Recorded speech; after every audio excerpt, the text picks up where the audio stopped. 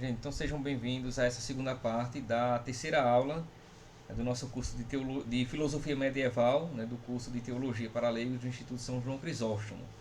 Estamos vendo aqui, nessa segunda parte, em continuação à primeira parte, ainda esses preâmbulos da filosofia medieval e como a filosofia antiga vai dialogar e como ela se mostra importante para o pensamento cristão.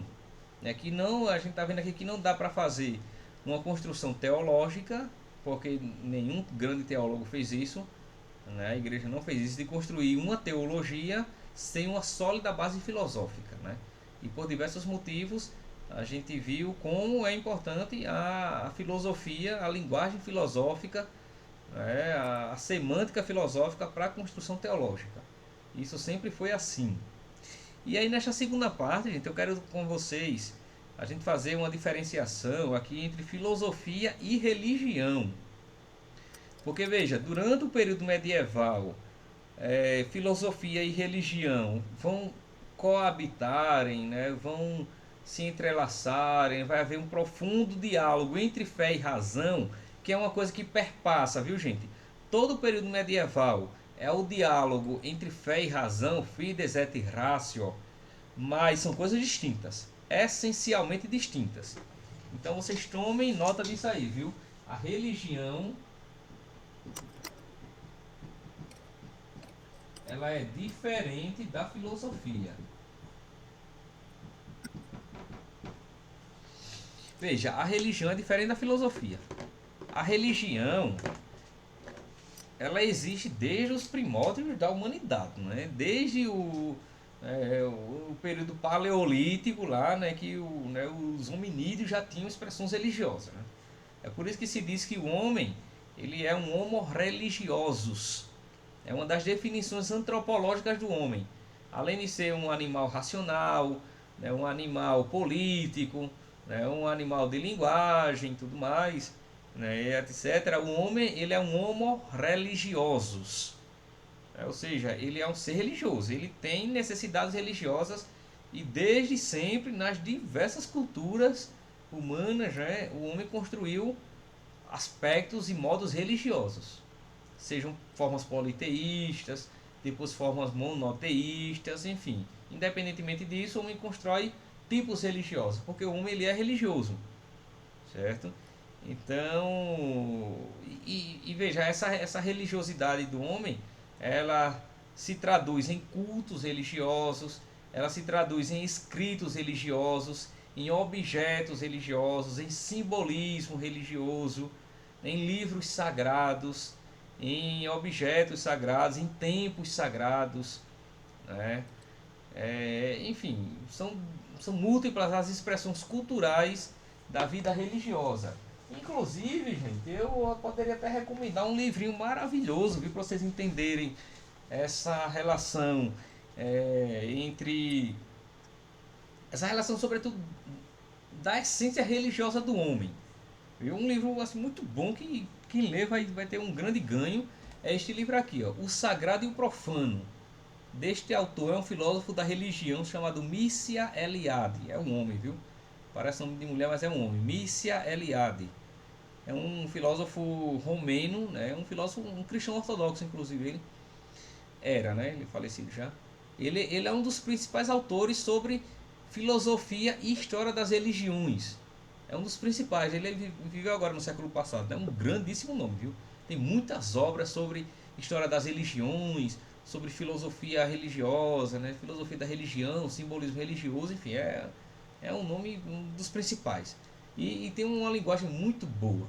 Então tem este livrinho aqui, O Sagrado e o Profano, Le Sacré e Le Profane, onde ele vai tratar da essência das religiões. Vale muito a pena, gente, viu? Aqui ele vai tratar do fenômeno religioso em geral, entre os quais o cristianismo, o judeu-cristianismo.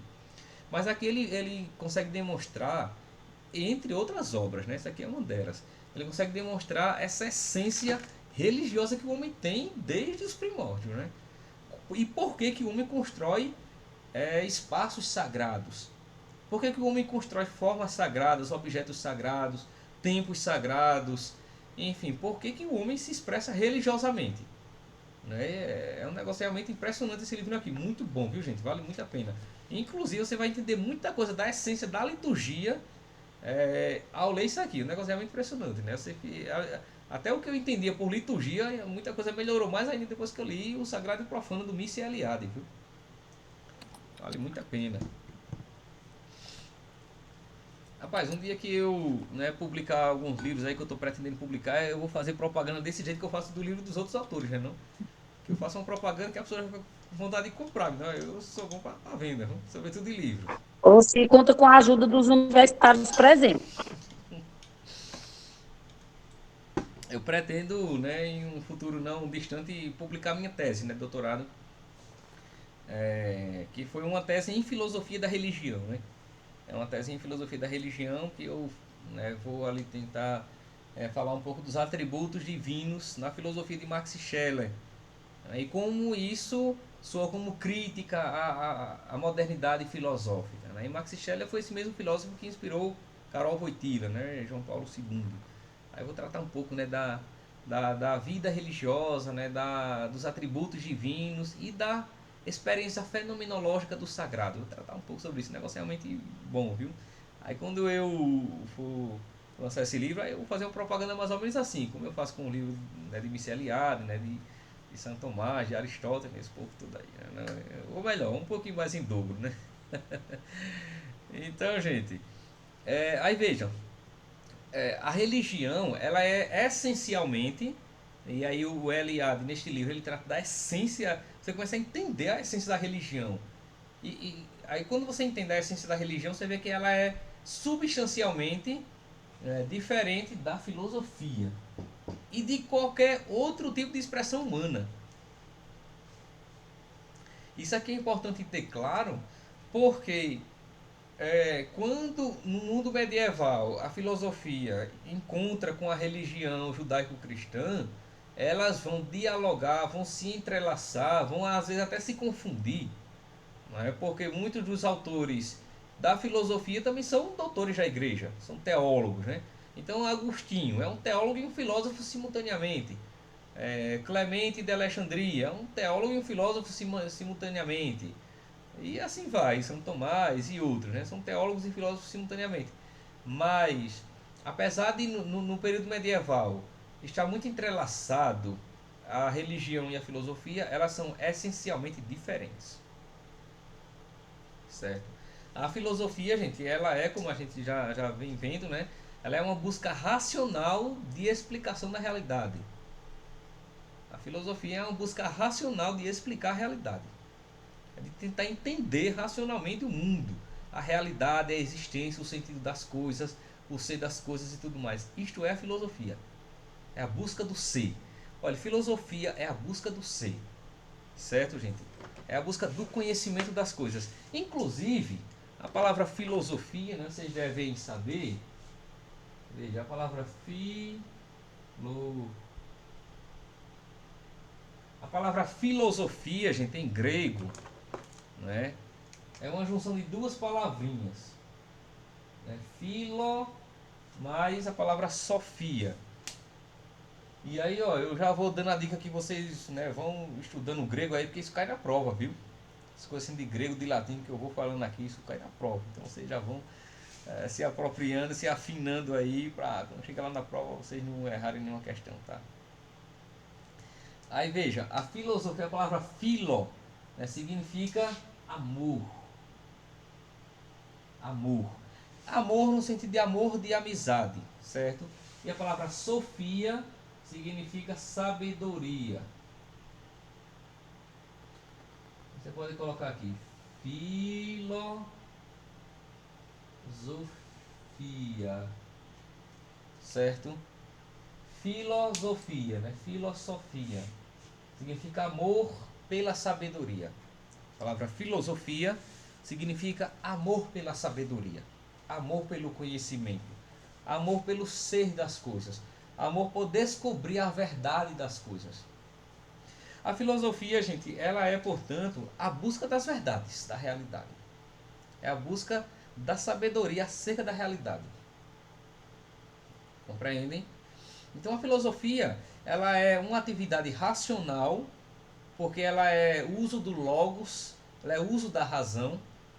Então ela é a busca racional, né, de compreender a realidade. Isto é um ângulo da filosofia, mas além disso, a filosofia também é uma atitude diante da realidade. Ela é não somente um conhecimento teórico, mas ela é também uma atitude diante da realidade. Certo?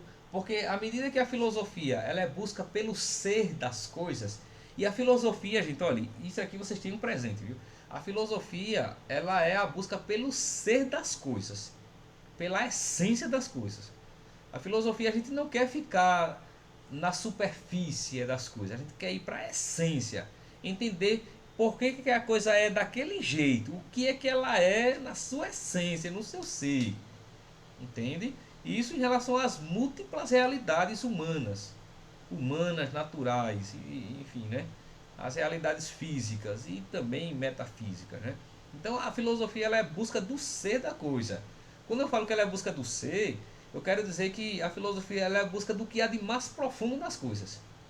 É a tentativa de não ficar na superfície do conhecimento de algo. É, por exemplo, quando a filosofia vai pensar o que é o ser humano, não é pensar como o ser humano é composto, como o ser humano se expressa, como o ser humano ele se organiza, não. É primeiramente pensar o que é o homem, o que é o próprio ser humano em si mesmo. O que é que diferencia o homem de tudo que existe no universo. Pronto, a filosofia é a busca disto, deste elemento, né, substancial, essencial de cada coisa, de cada ente, de cada ser. Então vejam, nós aqui, né, nós somos todos seres humanos. A filosofia, ou melhor, diferentemente, né, as ciências, né, as outras ciências, elas vão se preocupar, tipo a química, né, ela vai se preocupar o ser humano em relação à sua composição bioquímica.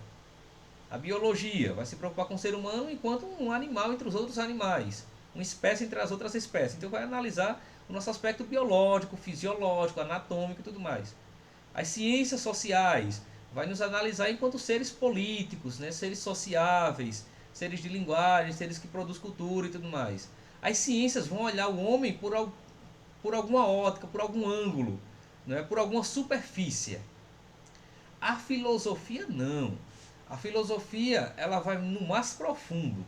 Ela não quer saber simplesmente em que cultura nós estamos, qual a nossa composição, não. Ela quer saber o que é, em essência, o ser humano. O que é o elemento que faz com que o ser humano seja ser humano e não outra coisa no universo. Pronto. Essa busca pela essência, pelo ser da coisa, é o que nós chamamos de filosofia.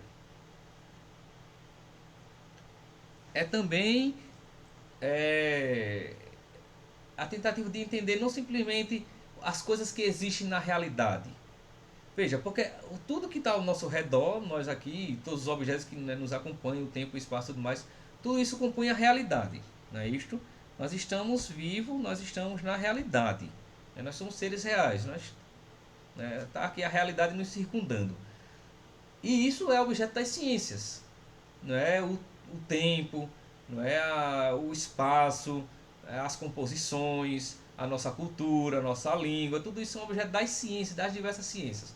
Mas a filosofia ela vai mais profundo ainda. A filosofia não é somente isso. A filosofia é a pergunta pelo o que é a realidade. E não simplesmente as coisas que existem na realidade. Mas a filosofia vai interessar saber o que é a realidade, o que é existir, o que é a própria existência. E não simplesmente como as coisas existem. Mas o que é a existência e por que as coisas existem. Por que é assim, não de outra forma? E antes disso, por que existe tudo ao invés do nada? Isso são questões eminentemente filosóficas, gente. Por que existe tudo ao invés do nada? Veja, são perguntas que não têm uma resposta científica. Tem uma especulação filosófica aí. Não é uma busca filosófica de tentar esclarecer essas questões. Compreendem? Aí veja, a filosofia ela é essa busca pela sabedoria, que é a busca pelo ser, pela essência das coisas, que aí é diferentemente da religião. A religião, gente, ela ela vai lidar com um outro aspecto do ser humano, que é a busca pelo transcendente, é a busca da transcendência. Certo? A religião ela é a busca do transcendente. Ela é uma busca metafísica do transcendente. Isso é a religião. A religião ela é metafísica, ou seja, a religião ela é uma busca daquilo que está para além do mundo físico. E aí vocês podem colocar, a religião é uma busca daquilo que está para além do mundo físico, ou seja, é uma busca metafísica.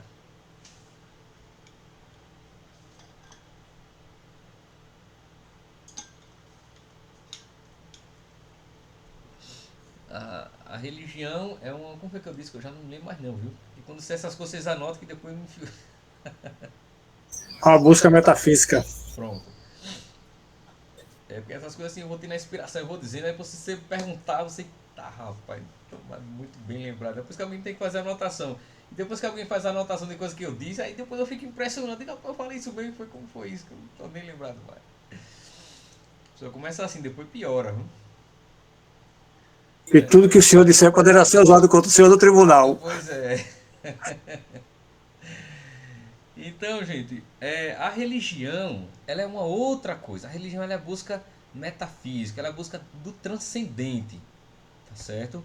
Ela é a busca do transcendente, daquilo que está para além. Transcendente, transcendência, aquilo que está para além do mundo físico, para além do mundo empírico. Não é aquilo que está para além. E aí ela lida com coisas espirituais, coisas que estão para além da matéria, coisas que estão no mundo suprassensível, ou seja, um mundo que está para além da sensibilidade, da realidade sensível. Realidade sensível quer dizer a realidade acessível aos nossos sentidos. A religião lida com coisas que estão para além. É Deus, é a imortalidade da alma, é o paraíso, as realidades últimas do homem, salvação, esse negócio todo. Tudo isso é religião, entende? E aí a religião, claro que a religião tem formas diversas, né, obviamente, né? A religião tem as religiões politeístas, né, que tem um certo antropomorfismo, que pensar os deuses a partir de formas humanas, de coisas humanas. Tem as religiões monoteístas, que é o caso do cristianismo, do judaísmo, do islamismo, né, e de outras, né, que consideram que há um único Deus verdadeiro, entende? E, enfim, há uma diversidade religiosa. Agora, o que perpassa e o que é comum a essas diversas formas religiosas é o seu caráter metafísico, é o seu caráter transcendente, entende? E neste sentido, gente, olha, a religião, né, a experiência religiosa, embora ela importe, né, para a filosofia, para o pensar filosófico, né, mas a experiência religiosa ela condiz com um tipo originário de experiência humana. A experiência religiosa que o homem faz não se confunde com nenhum outro tipo de experiência que o homem faz. Nenhum. É diferente da experiência cultural, é diferente da experiência social, da experiência política, né, da experiência cognitiva. A experiência religiosa é outra coisa. É como se na nossa estrutura humana nós tivéssemos um departamento que lida com coisas transcendentes. Pronto, isso é a nossa dimensão religiosa. Que a experiência religiosa, né, o contato com o divino, isto não é passível de análise de nenhuma ciência. Existe a ciência da religião para analisar e estudar como que a religião surge, como é que ela se organiza e tudo mais. Mas a experiência religiosa, ela não é passível nem de comprovação científica. Tipo, nenhum de vocês aqui tem como provar a fé. Não tem como ter uma comprovação científica da nossa fé. Não tem. Porque a fé é uma coisa metafísica, uma coisa que está para além do mundo sensível. Então não é passível de análise científica. Então quando alguém diz assim, olha, você diz que crê em Deus, você diz que tem fé, mas como é que pode provar isso cientificamente? Sim, não dá para provar cientificamente. Porque isso não é objeto da ciência. Simplesmente não é objeto da ciência. Então não dá para provar essas coisas da fé, nem que existem nem que não existem, porque isso pertence a um outro âmbito da experiência humana, a experiência do sagrado. E muito disso que eu estou dizendo, gente, o Missy Eliade fala aqui, viu? Por isso que vocês leem isso aqui, que é um negócio maravilhoso. Aí veja, a experiência do sagrado, ela é originária no homem. É uma experiência originária, que o Eliade chama de uma experiência hierofânica. É uma experiência onde o sagrado se manifesta à pessoa. Entende? E aí, neste sentido, é uma experiência tão originária que não pode ser objeto de nenhum tipo de conhecimento racional. A fé. Veja, a fé é uma coisa que o indivíduo tem pronto. Que nem ele mesmo pode provar que tem, nem que pode provar que ele não tem. É uma coisa dele, com o divino. Pronto. Uns têm mais, outros têm menos. Uma fé mais sólida, menos sólida, enfim. Mas é uma coisa que está para além de qualquer análise científica. Isto é a religião. A sua fé, sei lá, no Santíssimo Sacramento. Isso não pode ser analisado cientificamente, de jeito nenhum. É uma coisa sua com Deus. É uma coisa que você herda da igreja e que você tem a sua comunhão com o divino. Pronto. A sua comunhão com o divino na comunhão eucarística. Né? Pronto, ninguém explica Deus, exatamente, né? Então, veja, a sua comunhão com Cristo na Eucaristia é uma coisa que é sua com Cristo na Eucaristia. Não dá para analisar isso cientificamente. Se foi profunda, se não foi, até que ponto foi, não dá. É sua e do divino. É sua e de Deus. Não é? É por isso que, veja, a experiência do divino, gente, do sagrado, ela é individual. Ela não é coletiva. Ela é coletiva no sentido de que os indivíduos, quando se somam, nós temos uma experiência coletiva. Mas ela é eminentemente individual. O tamanho da fé de cada um é de cada um. Não é? Se você quiser ter uma fé rasa, você vai ter uma fé rasa. Se você quiser ter uma fé mediana, você vai ter uma fé mediana. Se você quiser ter uma fé profunda, você vai ter uma fé profunda. Enfim, uma coisa sua com Deus. E não tem um termômetro para medir isso aí.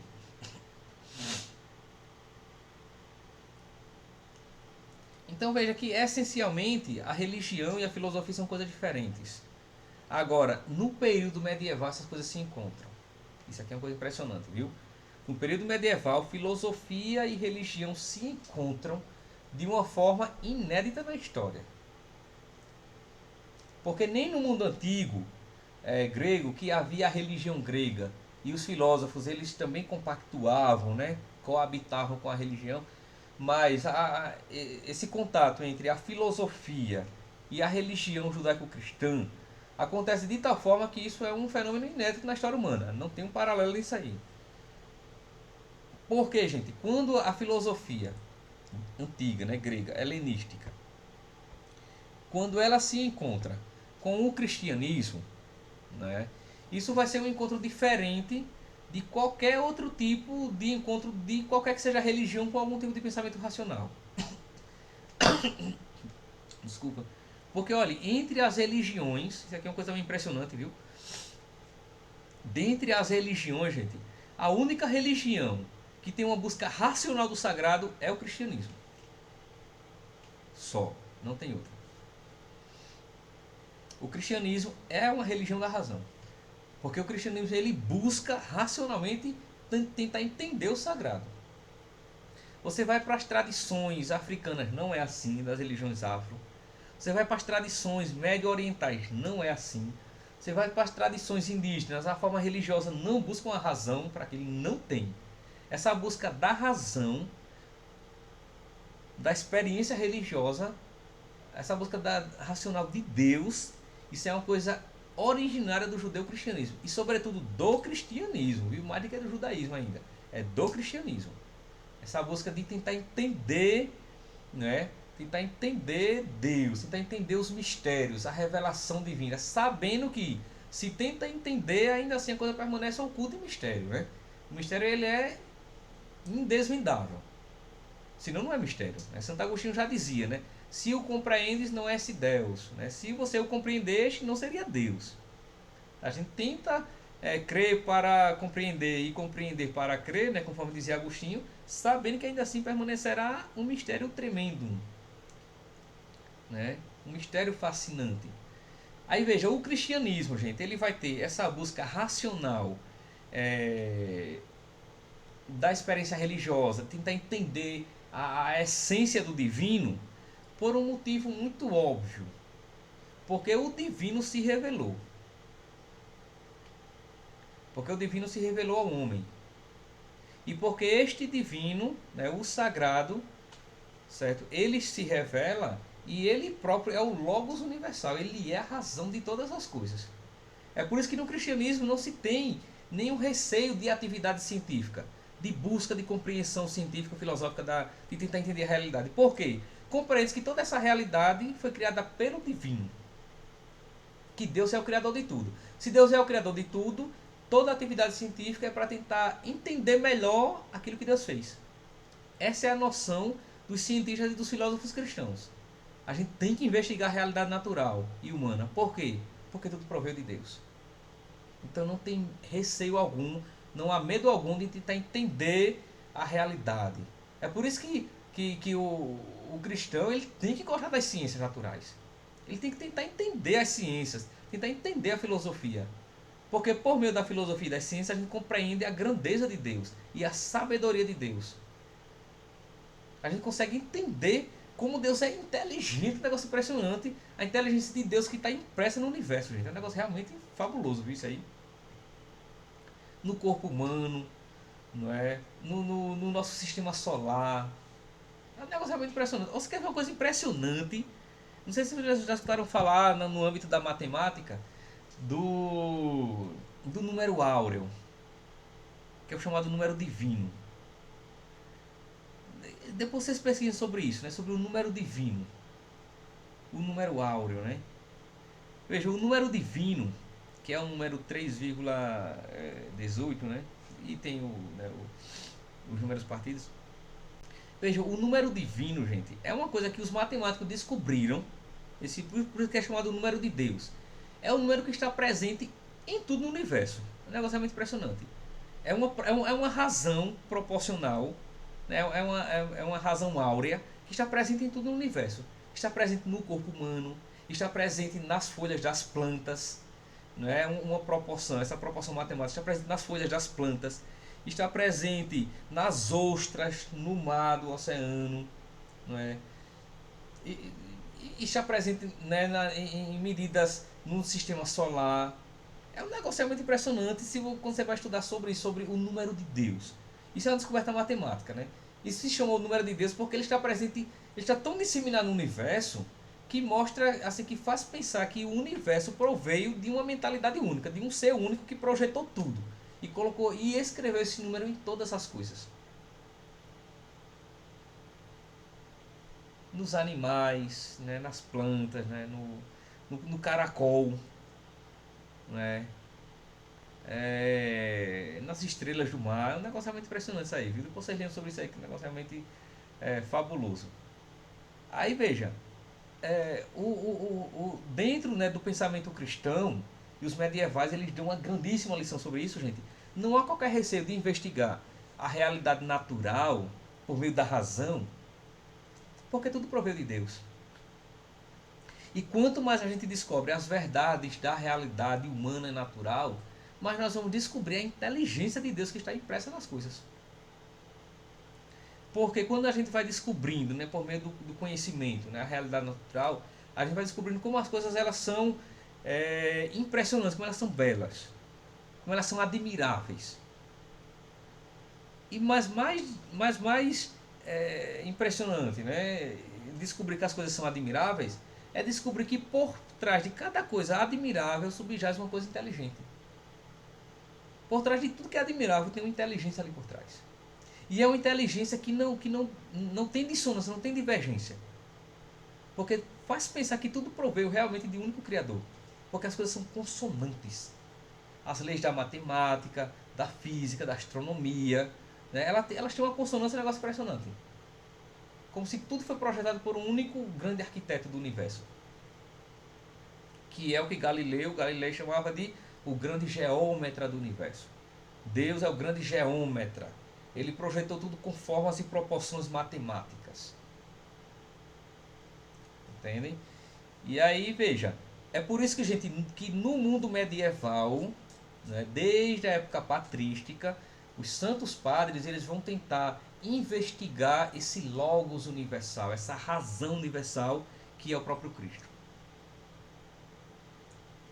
E aí eu quero concluir este momento trazendo, gente, a memória aqui de vocês, né, um trechinho do Evangelho segundo João, que vai ecoar muito na tradição filosófica, sobretudo patrística, medieval, que está no capítulo 1, versículo 1, e depois o versículo 14 do Evangelho segundo João. É um texto que vocês já conhecem, mas eu quero ler aqui com vocês sobre um outro prisma, certo? Um outro aspecto.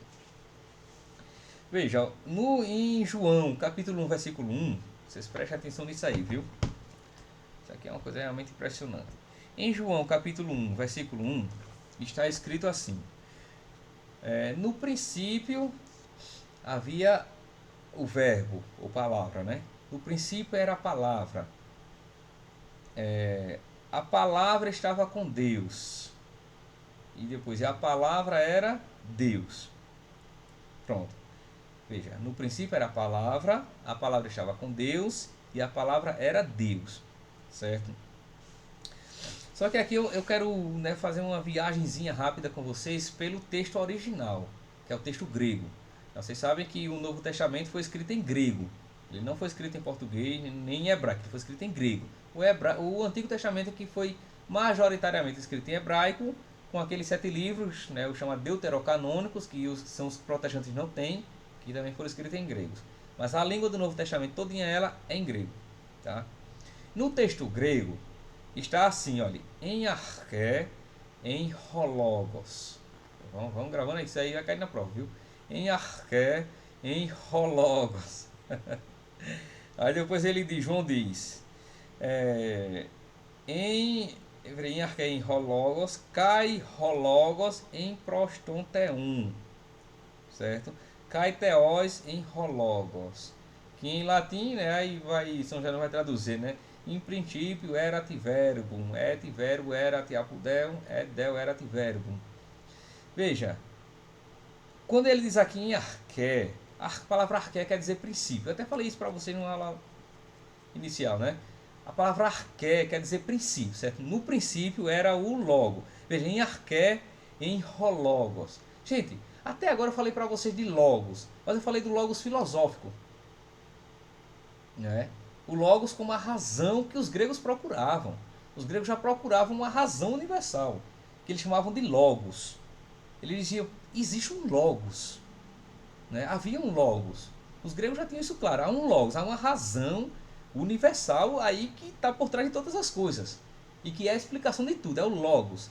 Aí São João diz aqui assim, olha, no princípio era o logos. Que aí, logos é que vai traduzir por palavra o verbo, né? Então, no princípio era o logos. Ele está dizendo que, em outras palavras, né, o que os gregos procuravam, este tal de logos universal, na verdade, este logos, ele é uma pessoa. Este logos não é uma ideia. Este logos, ele é uma pessoa. Certo? Como também palavra, no sentido bíblico, é uma pessoa, não é o livro. Palavra não é o livro, palavra é uma pessoa. Então, o Logos, ele é uma pessoa, é o Cristo. Então, ele está dizendo assim, no princípio era o Logos, era o Cristo. Certo? Kai Logos em prostonteon. E o Logos, ele estava com Deus. Kai Theos em Logos. E o Logos, ele era Deus. Aí lá no versículo 14, gente, aí João vai deixar muito claro quem é este Logos que os gregos tanto procuravam. Quando ele diz assim, no versículo 14, Kai Logos sax egineto, Kai eskenos em remin. Veja, Kai Logos, e o Logos sax egineto, e o Logos carne se fez. E o Logos se fez carne. Kai eskenos, e morou e armou sua tenda entre nós. Este Logos que estava no princípio, né, que estava com Deus, que era Deus, este Logos se fez carne e morou entre nós, e habitou entre nós. Então este Logos que morou entre nós é uma pessoa, é o Cristo. Em outras palavras, João está dizendo assim, que João escreve para o público gentil, né? Para o público helenístico, para o público grego, né? Os cristãos vindo do paganismo, os cristãos vindo da tradição grega. Diferentemente de Mateus, viu, gente? Mateus ele escreve para cristãos vindo do judaísmo. Né? Por isso que a linguagem de Mateus é bem diferente da de João. Porque essa diferença de linguagem nos evangelhos depende do escritor e do público a quem se dirige. Então, o público de Mateus era um público de judeus provindo do judaísmo. Aí por isso que ele usa parábolas, parábolas da terra, né? Enfim, porque era o público acostumado àquilo, eram para judeus vindo do mundo israelita, judaico. Já o público de João não, é um público provindo do paganismo, é um público provindo da tradição grega, do mundo helenístico, que conhecia a filosofia grega, conhecia a poesia grega e tudo mais. Inclusive, se Mateus escrevesse assim para o seu público, eles não entenderiam muita coisa, ou quase nada, na verdade. Porque se Mateus dissesse para os judeus, no princípio era o Logos. Aí o judeu dizer, Logos? Como assim Logos? O que é Logos? Entende? Porque o público de Mateus era um público judaico, né? De cristãos judaicos. Né? Já o público de João não, era um público helenístico e conhecia o pensamento grego. Aí João diz, e este Logos se fez carne e habitou entre nós. Então este Logos universal, ele na verdade, ele não é uma ideia como os gregos pensavam. E aí é que João usa disto, né, para dar uma mensagem evangélica, salvífica, cristocêntrica. Para dizer que este Logos, que os gregos procuravam, no fundo, eles estavam procurando o Cristo, mas não sabiam. Quando eles procuravam o Logos, a razão universal de todas as coisas, eles estavam procurando a Cristo, sem o saberem. E aí depois a gente vai ver um pouco de Clemente de Alexandria, gente. São Clemente de Alexandria, o grande Clemente de Alexandria, que vai dizer que foi este Logos, essa busca pelo Logos filosófico, que conduziu os gregos, que preparou os gregos para um dia receber a mensagem de Cristo. Ou seja, foi pela busca filosófica que eles se prepararam para um dia receber o anúncio evangélico. Compreendem?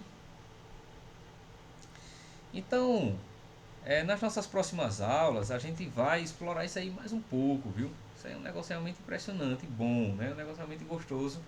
É você explorar esse contato inicial, né? Do mundo filosófico e a recepção da filosofia dentro do cristianismo. E como isso enriqueceu a tradição cristã até hoje, né? Até hoje nós somos, na tradição cristã, né, muitíssimo devedores desse encontro ali entre filosofia antiga e fé cristã religiosa. Aí é por isso que a fé católica, a doutrina católica é um negócio realmente sólido, né? Porque os seus fundamentos são sólidos e inabaláveis. Então não pode surgir correntes ateias, materialistas, cientificistas e tudo mais, não vai abalar a teologia católica, não vai abalar a fé católica, porque ela está construída sobre fundamentos sólidos. Compreendem, gente? Perguntas, Cleibson, comentários, diz, Lorena. eu não sei se minha mente é um pouco assim ainda, assim, por falta de maturidade, de conhecimento, enfim. Mas em relação ao escrito de Mateus e o de João, eu via de uma forma diferente. Não sei se é errada, Sim. mas diferente. Mateus, assim, os escritos dele, ele escrevia o real e o atual. Eu nunca vi Mateus assim, como um escritor para um povo. Eu via ele como um relator de fato real. Por exemplo, eu estou vivendo o agora e eu estou relatando o meu agora, minha vivência atual. Já João, eu via ele como um escritor para um povo, não é? Deixando registros assim, de algo que foi vivido por ele, né, da sua intimidade com Cristo. Então, eu via esses dois escritores nessa perspectiva, Sim. não nessa que você está falando. Eu não sei se a minha visão, ela... Não está errado não também pensar assim, né? Porque tem múltiplas formas de olhar para os escritos bíblicos. Não está errado não de pensar assim, né? Que tipo, o que Mateus fala é como se fosse muito mais realista, né? No sentido de que Isso, traz que ele, mais coisas ele traduzia modernas. o dia a dia, né? Não, sim, Aquela sim, né? Não presença. tá, não tá errado assim. Quando eu falo que Mateus tinha uma linguagem diferente de João e sobre essa perspectiva que eu apresentei, é porque o público que Mateus escreve o seu evangelho é um público Hum, diferente do de João, por isso que a linguagem deles são diferentes. Porque veja, João ele tem uma linguagem teológica. Mateus não, Mateus isso. escreve para pessoas simples. Por isso que você tem essa pressão de ser um escrito mais realista. Realmente, porque o público era mais simples. Porque o público de Ah, Mateus, por ser um público de cristãos vindo do judaísmo, é um público mais simples, de camponeses, de aham, pastores, de agricultores, de pescadores. Entende? Então são pessoas realmente mais simples ali, pessoas de Israel. Já o público de João, né, os cristãos vindo mais do paganismo, era um público mais intelectualizado. Por isso que João tem uma linguagem mais teológica. entendi. Compreendem? Aham. É neste sentido. Mais alguma coisa, gente? Perguntas, comentários?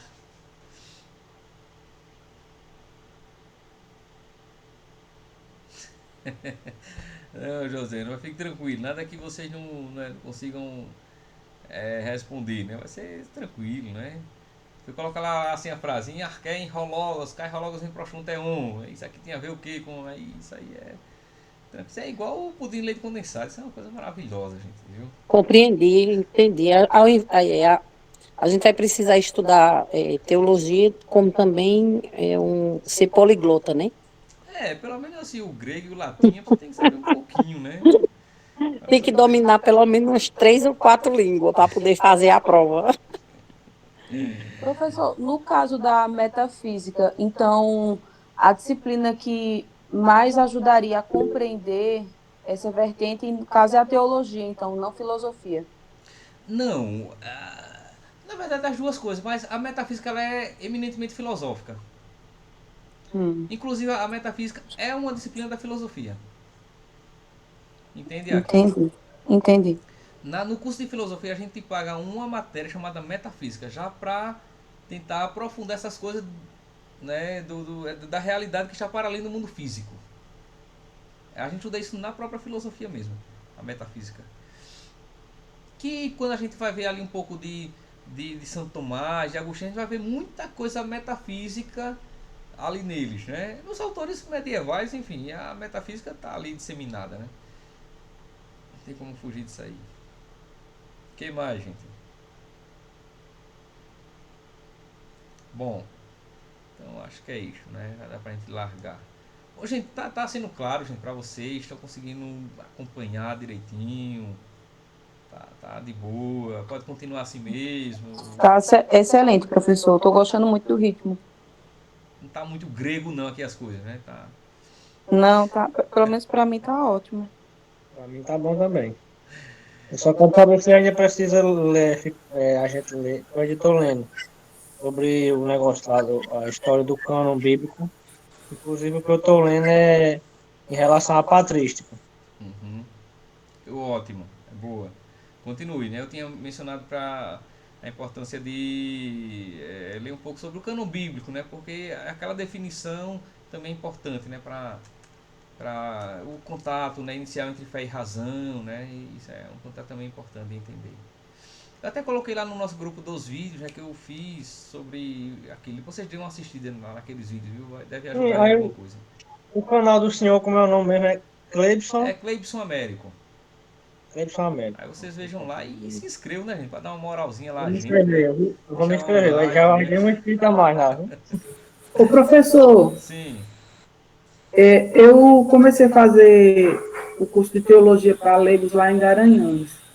E eu percebi uma diferença, né? Porque aqui na Diocese de Caruaru, eles fracionaram as disciplinas e lá a gente começou com Pentateuco. E algumas discussões para a gente, leigo, eu achei elas muito complexas, Uhum. de comparação com os livros, com a realidade, com o contexto histórico que eles faziam. E nessa forma como está sendo aplicado, eu estou achando muito mais leve e mais fácil, né?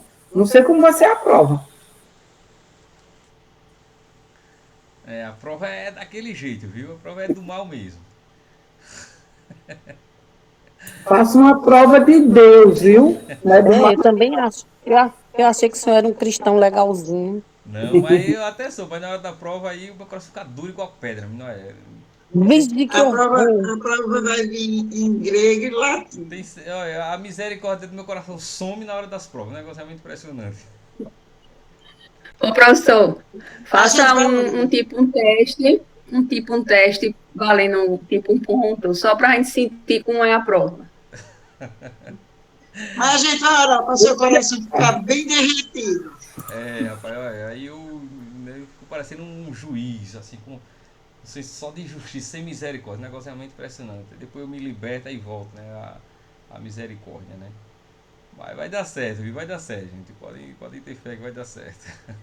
Então, professor, vamos ler então as parábolas de Jesus, não é? Para o senhor ser mais Sobretudo no capítulo misericordioso. 15 de Lucas, né? As parábolas da misericórdia, para ver se a pessoa se sensibiliza um pouquinho mais, né?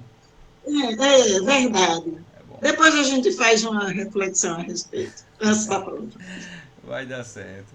Pronto, pois tá bom, gente. Então, né, vamos lá, né? Na próxima semana nós continuaremos, tá certo? Então, né, isso, né? O Logos Universal, né, a glória, né? Ele que vive e reina pelos séculos dos séculos. Amém? O Senhor permaneça conosco, Ele que é Pai, Filho e Espírito Santo. Tchau, tchau, gente. Até semana que vem, viu?